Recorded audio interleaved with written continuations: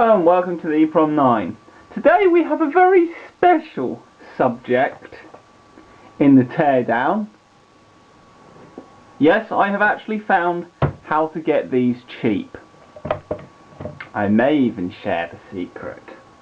Basically go to one of the exchange places, they do these for 35 quid.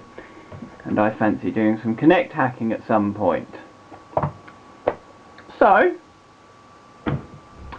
why not crack it open and see how it works? So, we have our trusty Maplin screwdriver, because we're going to need it. Because you know what it's like with these companies, they don't want you cracking open their products. You know what we say to that? I'm going to crack it open anyway. Yeah, that's anticlimactic, isn't it? Now then. This thing is apparently glued down. I have been doing a fair amount of research where possible, where the information exists. So, yes, it's like stuck down with sticky type stuff.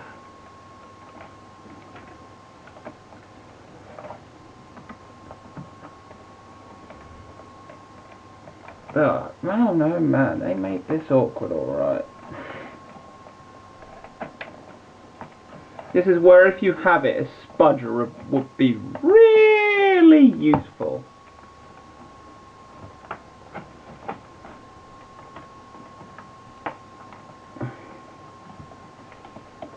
Because someone in the design department decided to be a bit silly and do this. Hang on, this actually looks like it's made of a little bit of like metal type stuff. Oh yes, that is most definitely some form of metal. I'm not sure what, but some thin, crappy variant. Now there are a total of about 4 screws under here. We shall crack the stuff around it, and unsurprisingly it's your Torx thing, because Microsoft love their Torx screwdrivers. They're evil like that, you see. And so we will be with the rest of one. There we go, you come out, followed by you. There we go.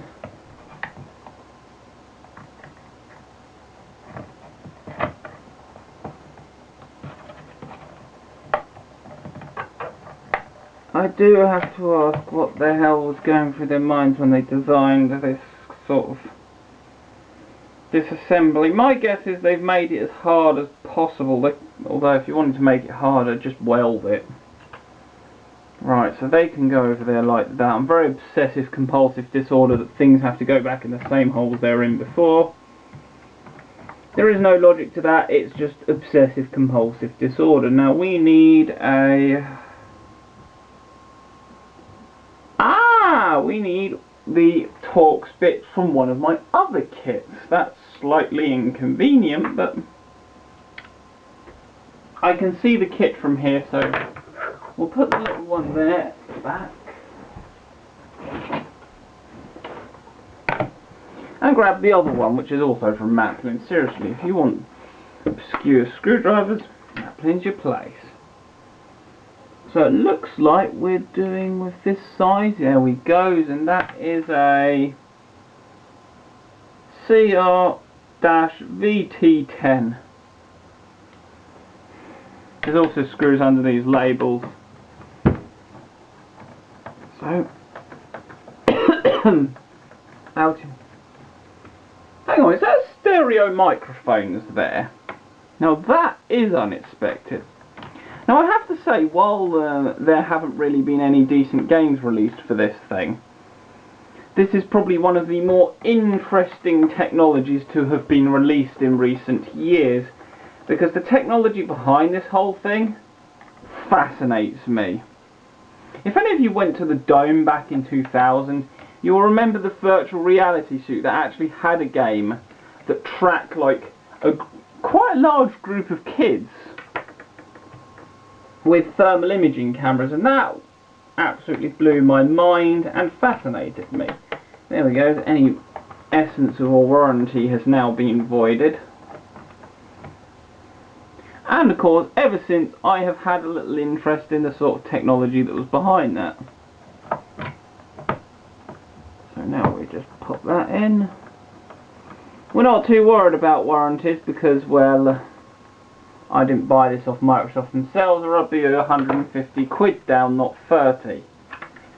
So, off with the top. And we have a very nice construction. Look at that. It's about a 3-circuit board design. We have the main processor board back here. We then have what looks to be your main sort of interface board to the actual sensors. And then of course what is probably going to be some sort of power regulation type board. We shall see. I may be wrong. So we'll pop the top cover over here because I do want to reassemble this. We also have these, which are just like little side covers, ventilation holes.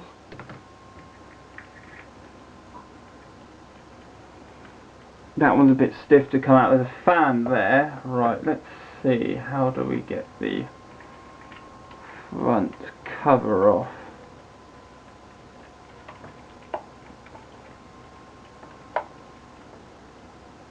That'll be how, with screws. So first we need to pop this out. There we goes. And here we have our first victim. A fan which will run on 5 volts, and I am not wrong, at 0.10 amps or 100 milliamps. So it's a pretty reasonable little fan. Quite a nice little diddy fan, sort of thing you'd find in an old 90s laptop. The next part is, now we can remove the faceplate and actually get a look at the camera modules themselves. Oh yeah, and we can also pop this off now. Come on, come on. This is not the most... Oh yeah, there's a motor in there. We're not going to worry about dismantling that though. There we go. So just a little bit of brute force and voila. We're in. There's the bottom. There's a fair amount of heat sinking here. Microsoft haven't skimped on it. Exactly how hot this thing will get in use though is up to debate. Hopefully you can see that. It'd be nice if you can actually see something.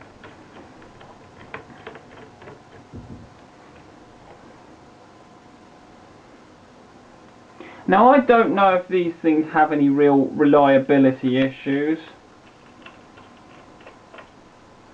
but I know they sold like bloody hotcakes when they came out, because we actually ran out of stock of them at one point. And it's actually kind of nice to be tearing one apart. So we've got some connectors here, 1, 2 and 3, which look to be for something like microphones. And these go to these cables here. Now I'm actually going to do some searching of data sheets and that for these and input them into the video because I think that'd be useful. We have 4 microphones in this thing. That surprises me. I would not think we'd need 4 microphones, but here it is, connector. In fact, some of these have 3 wires. I'm not quite sure why you'd have 3 wires. Oh wait, one leads to the ground and the other 2 lead to the 2 soldered pins, the positive and negative. So here's the front cover with its little cameras and moulded plastic. All in all, the actual build cost of these things is about 50 odd quid. So now we're actually towards seeing the interesting stuff. For example, here we have the laser projection module, which actually projects a field of infrared dots in a room so it can use them as reference points. Then we have the two cameras.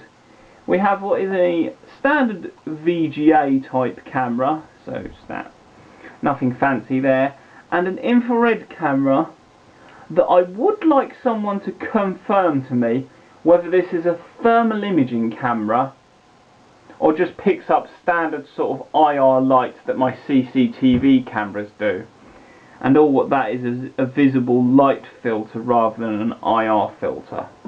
So if anyone wants to confirm whether this is actually a thermal imaging camera or just like my CCTV cameras, please do, because I am fascinating to know the truth.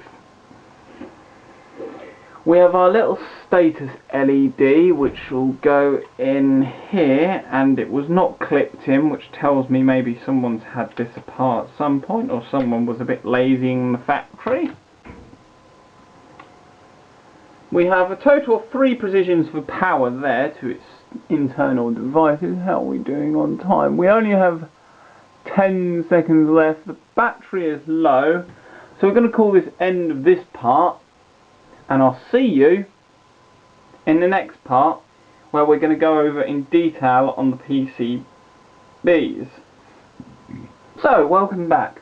I'll also be splicing in sections where I go over the data sheet of each chip on the boards. So, on the back here, we've got a few main components. I've removed the heatsink, which you do by pointing a hairdryer at it and just heating it up, and then you can just pull it off. And this is the main processor that does all the magic. It is if I can read it, a P2G2 700.2. There's also on it, there's 3 numbers. The top one is 88AP1BJD2. It's got BJ in it. T024 space AOP. Which is the main processor. Now, I could not find a data sheet for the main processor, which I cannot remember off the top of my head, but I told you it's their first part number, the 88ALP1 dash whatever it was at the end. And this is the best I can come up with. So all what I can guess is that it's best based on the architecture of this chip and then beefed up to match for the Kinect requirements. For example, if we go down to the block diagram, which is all the way down here, I might just scroll like this. You see the long contents. Was that block diagram? That's one of the packagings, which isn't the package used in this case, but it's BGA. Bull grid array, for those of you who don't know. As we scroll down, here we go. Camera module connector. You see, this uses 2 for the Kinect. It also doesn't have anything to do with the laser module, so my guess is it's basically a beefed up one of these which has a whole host of other functionality added in on top of what we've got here. But once again, it's got its own EEPROM interface and all that jazz. So yeah, rather interesting. This one's more of a guide to what the chip does rather than the chip itself. If you can pull off data sheets, feel free to link it and then I can send the link. And the last thing, and next to it is its RAM, which is an E5116AJBG. I'll be pulling up data sheets if they exist for these devices. Which is this, the main RAM, which is actually quite interesting. 512 megabits, not megabytes. And if I punch that into my calculator, 512,000. I'm going to have to use the other calculator because that one doesn't have enough digits. So bear with me while I just get the old scientific calculator going. This is me, lack of preparation. 512 00000 because we're looking at million bits. Divide by 8 equals 64 megabytes of DDR2 SRAM. So the Kinect has a pretty decent amount of memory, bearing in mind the 360 itself has 512. But then of course it's not only just, but then of course the Kinect is not only just processing this information, it needs to temporarily store it to process it. So you've got a surprisingly advanced chip for what I expected in here. We've got ROS compliant. What isn't ROS compliant? That's what E is that. Ah, now this is interesting. We've got a code that actually explains the code. Power supply interface. So 1.8 volts. Organisation, I'm not sure what they mean by that. Density bank 51, so 512, I'm guessing that would stand for. Product family. Type monolithic device, that's D, and then the actual company. I like that. They should do more breakdowns like this on datasheets, so you actually understand, because that's what these part numbers are. They actually represent certain things within them that tell you what they are, what memory they have. I understand some, like the ones on EEPROMs and that, but not all of them. In fact, very few of them I fully understand. And of course we've got the rails, so it's not a particularly high voltage. You stick 5 volts through this, you'll blow it up. It might be an impressive explosion, it might just be a boring puff of smoke. So don't stick 5 volts through it unless you're intentionally wanting to blow it up. And of course, don't ask me what the hell this is about. Something to do with memory overshoot, to do with the timings, because there's a lot of this, there's a lot of complex timing with accessing memory that someone at one of the programming ends has to deal with, and we're through to block diagram type things, and there'll probably be a memory map in here somewhere, not sure where though. So we move on to the next one. Some of that looks like voltage regulation circuitry. I believe that's the USB controller, the D720114. We got something that looks like an EEPROM but isn't.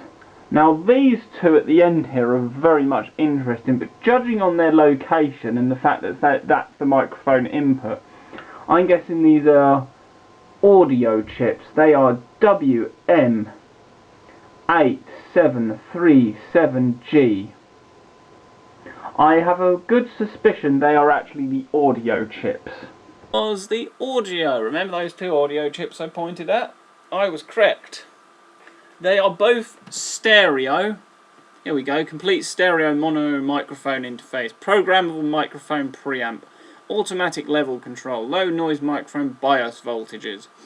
All that happy jazz. 3.3 volts, 48 kilohertz, usual sort of audio-y wanky stuff. Well, not that part anyway, but that bit, yes, audio wanky stuff. And of course, what do we have?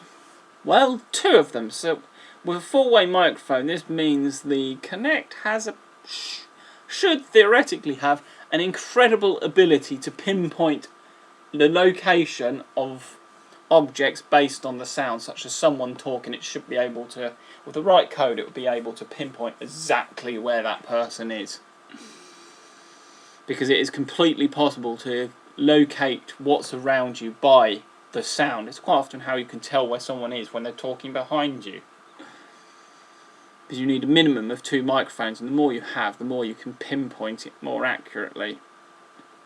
And of course we have a nice circuit schematic diagram type thing, mixed with a bit of a block diagram, clock circuitry, digital filter. You know, these chips they stick in these devices are rather complicated, even when they're doing more simple tasks such as audio input. But then of course it's got to be converted to digital, so I'd imagine there'll be a analog to digital converter, and what do you know? ADC. It's got your analog to digital converter in there. And this looks like where it puts out your data. Audio interfaces. Or maybe not, I'm not sure. No, this is where the audio comes in over here. I hope you can see my mouse whizzing around, and then it goes out there.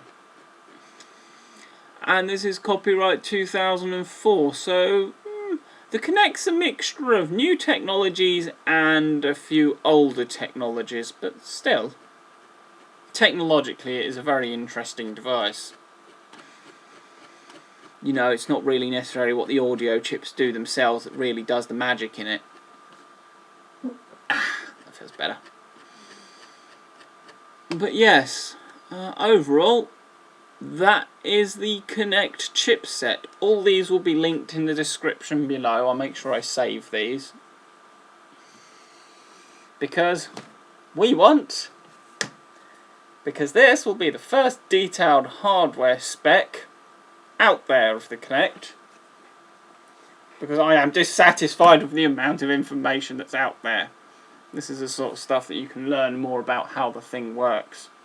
So, for those of you who want to, readings in the bottom,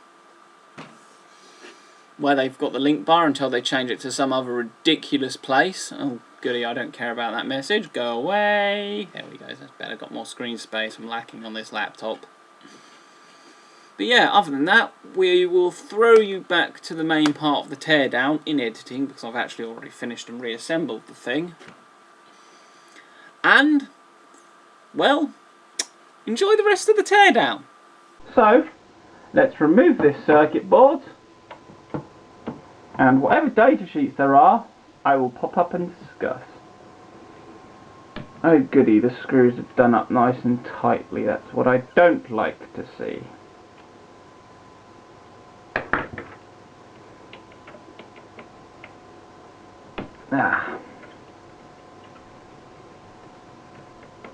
There aren't many opportunities you get, and I find there's not a technical enough teardown out there for my liking of the Kinect.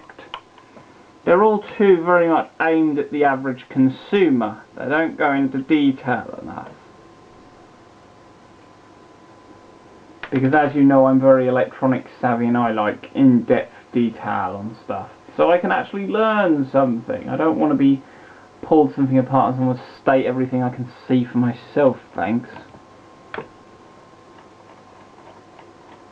Well, which is the reason why I like teardowns by people like Mike's Electric Stuff and Dave Jones.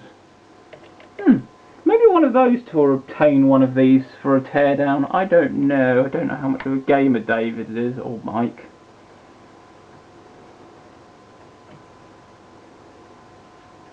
But I'll be very interested in a teardown of one of these by one of those two.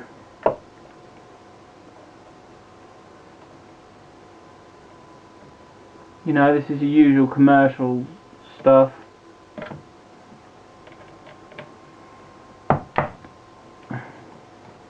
As you can tell, the disassembly of it is very straightforward, not like these people on these so-called tech sites consider it as oh, it's too complicated, I won't be able to get it back together again. Really?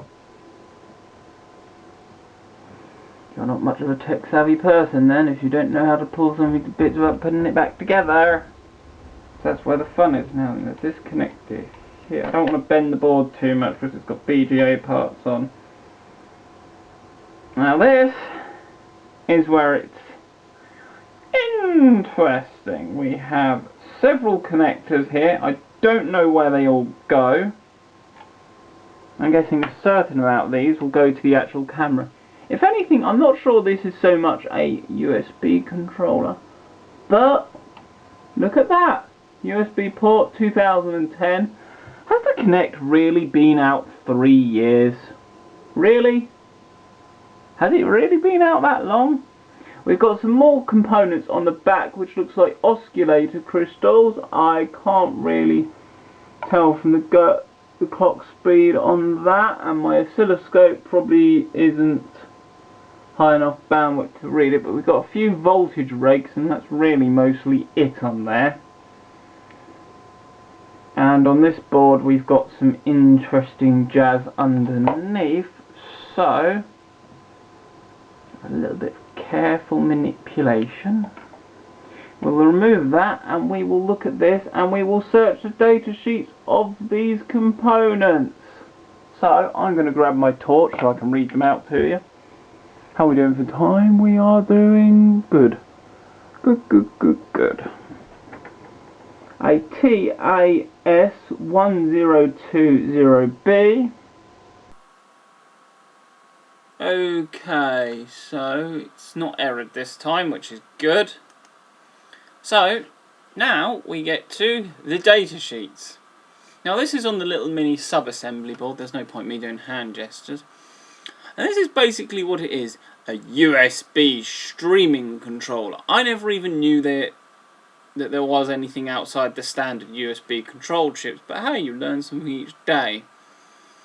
And of course it's a big, long, proper data sheet full of lots of various information that will not be of entire understanding, but all the links to these will be in the description. I'll make sure I save a little text file with them all in so you can access them and browse at your own will. So, introduction. Universal serial bus, USB, yes, we know. It's compatible with the old version, integrated USB transceiver, usual thing. 12 megabits data rate, full speed, so that's roughly your speed of USB 2.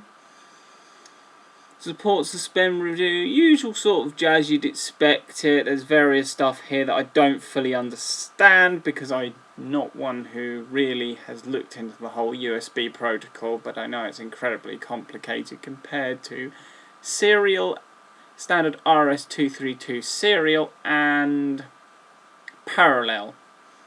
Oh, I've heard this term before, FIFO. I'm not entirely sure what it means, but it allows, well, audio data streaming. I'm guessing this is a sort of chip you'd find used in a lot of capture cards and that.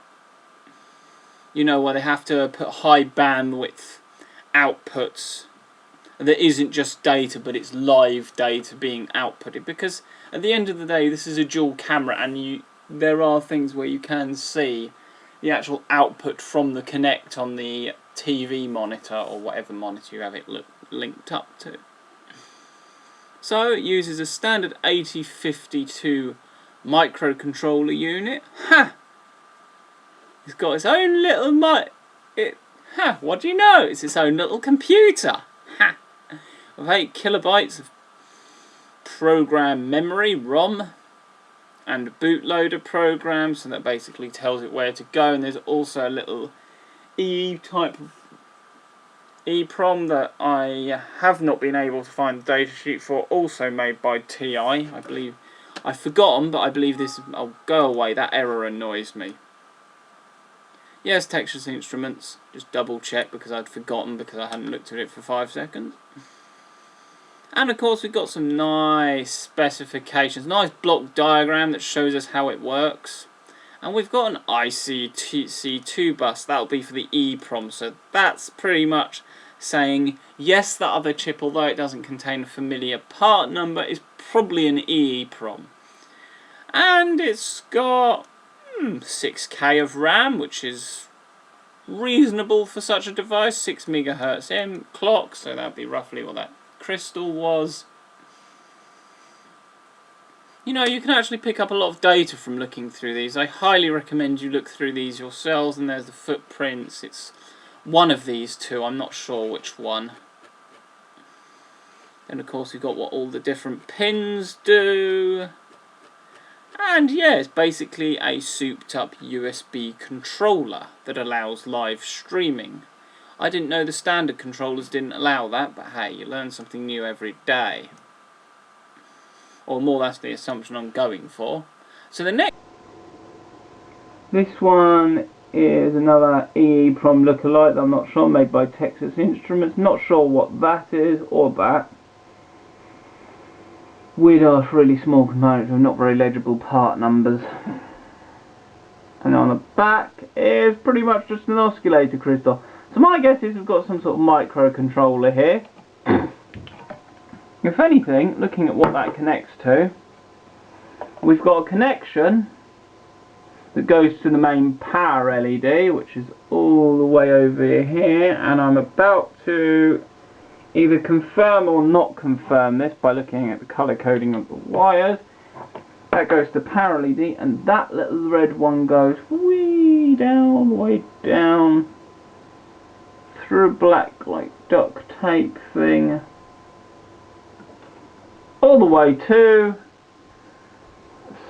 somewhere I can't see. However, I have a bit of a hunch where it might actually go. I have a sneaky suspicion that this little wire here, oh yes, this little wire here goes to some kind of temperature sensor on the laser module itself, because if we remove this rubber surrounding, we got a little like temperature sensor, and it is 102 centigrade K20 green. I've never really heard of that. I don't think it's not a resistor by the looks of it. I'd be very surprised if it was. Let's pop the rubber shroud on to protect the laser module. We don't want to break this, we want to keep it functional because I want to play with it. So, what we don't know is exactly where this big thick multi-wire goes. So, we're about to satisfy that part of our curiosity, but I think it might be power to the camera modules. I'm not quite sure. So, with a bit of magic from Mr. Screwdriver and some pliers, which I shall whiz out of nowhere. People going on about being fully assembled rock. Isn't there a good neighbourhood? The whole commercial based stuff is not designed for users like me, Googling bits and paying with them. Showing you this is hard from the line knowledge with that big clients in my opinion. Now, what manufacturer you do is using friends being a kind of boring if you ask me. Is there anything interesting in this side of this board or not? Actually, for advice, it's actually pretty well designed. The shape of manufacturing China, I would prefer to see Japan, but I can see that area. Japan is your manufacturing industry. Probably like us now, we're just industry tertiary, which means not the whole world, which means you're unstable to the economy. That's my view of that. Don't take convenience under this screw. Oh, I haven't made any naughty jokes based on the screwing stuff. That's disappointing. Too late now.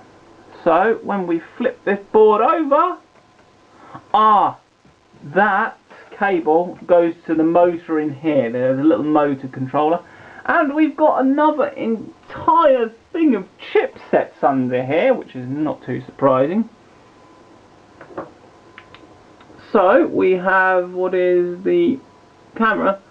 Now I'm going to go through these. There's a lot of analog, there's some analog devices stuff over here, which is by the actual laser module, which is interesting. We've got a few smaller chipsets with illegible part numbers that are more codes, and including some what looks to be some rather advanced voltage regulation. So, this is where I'm going to stop this video. I'm going to Google some data sheets and do some more recording so I can splice these into the main video. But for now, thanks for watching, and I hope you enjoyed. Next one, because that was the only data sheet I could get off the chips off the small board, is off the actual camera sensor board that the cameras are attached to. Now the only thing I could find was a marketing wank article to this particular sensor, which has, doesn't have the part number anymore, where, here we go, PS1 1080A2. And of course it's your usual wank, marketing wank thing, but it's something, and there'll be a link to this as well. And that it basically is sort of the control of the whole thing. The Kinect actually has 4 microphones in it, which means it's going to have excellent stereo ability. External audio sources.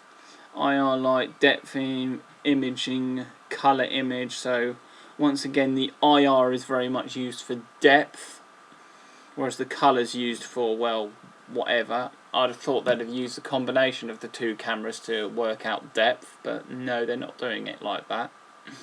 Here we go. The Prime sensor has the ability, well, it's more of a chipset that controls the sensors, so yeah.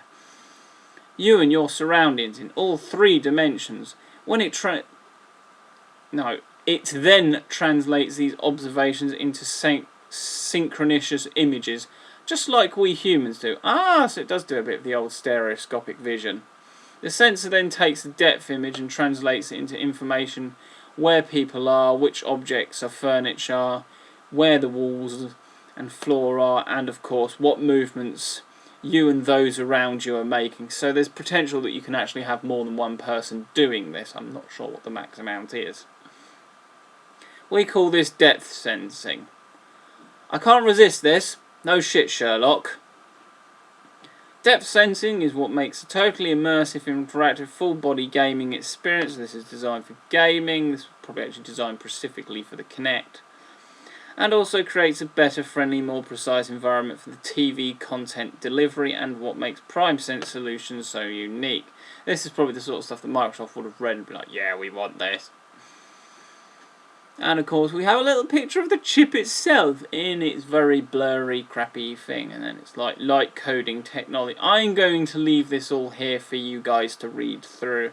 And here we go, we have the stereoscopic scene projected by invisible IR light. Well, it's actually a rather funky laser.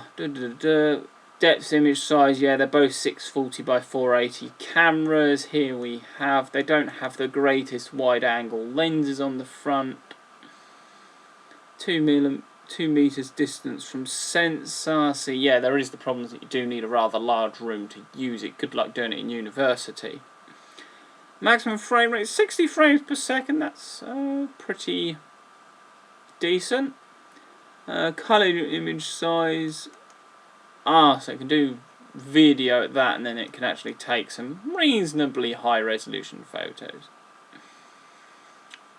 A little more than my old laptop could. Display digital inputs 4, USB 2, power supply USB 2. Looks like we've got a lot of USB 2 compatibility on the chipsets. And on to the next chip. Now this is the actual RAM chip that's right, flash memory chip that's right next to it. Now my guess would be is the Prime sensor is essentially basically a glorified microcontroller, and this is what holds the code that really allows it to do its so-called magic. And we are using this package, the FBGA, the bottom one.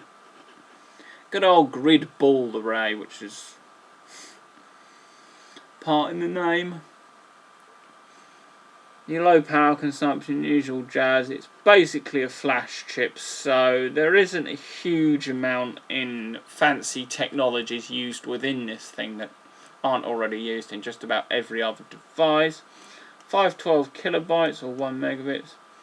It's an 8 megabit chip, so decent amount of memory for such a task, because you've got to remember these aren't going to be used to store photos, it's just used to store the program, so it's a pretty big program actually for what you've got. Good amount of memory. And of course we've got various block diagrams, because they do other package types. And what else do we have? There's a grid ball array, and of course all the various connectors. Good luck soldering that by hand. And of course the memory map, all the way up to the top. I think this is ours. 64 kilobytes. And of course your good old classic address that your CPU will always look for when it first boots up, 0000. Then everything else is pointed to. If you've done assembly language, you kind of have an idea of how this all relates. In fact, you had to, or you wouldn't be able to get the thing to work. And then we have another block diagram, not sure why. Maybe we'll have more than one array in there. And I think we'll move on to the next thing, because a lot of this is just usual sort of specs, that sort of jazz, example circuit kits and all that. And now we're on to, what chip was this? This is on the camera board once again, and this is a little device. This is the analog devices thing, which is the AD891, which was used for which is right next to the laser module. And it is a low cost, low noise CMOS rail to rail output operational amplifier. So it basically amplifies analog signals being put out, or it could even be digital, but I'd imagine it'd be analog, hence analog devices. They tend to do a lot of analog. I think they specialise in analog electronics. General description, I'll leave that for you to read. I'm skim reading it right now. Here we go. Applications for these amplifiers include power amplifier, PA, controls, laser diode, control loops, portable and loop powered instrumentation, audio amplification devices, ASIC input, which is application specific integrated circuit. Put on amplifier circuit. For example, a calculator chip would be an ASIC because it's specific to that particular application. It's not a general purpose chip like this is. And of course you got usual stuff. So yeah, it's basically used for amplifying the laser arrays. I'm not exactly sure why, but I would need more grounding in electronics theory to fully understand exactly why that you need an amplifier in there and you can't just power it.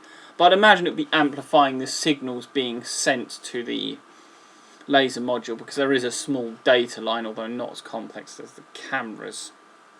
So now we move on to the next chip.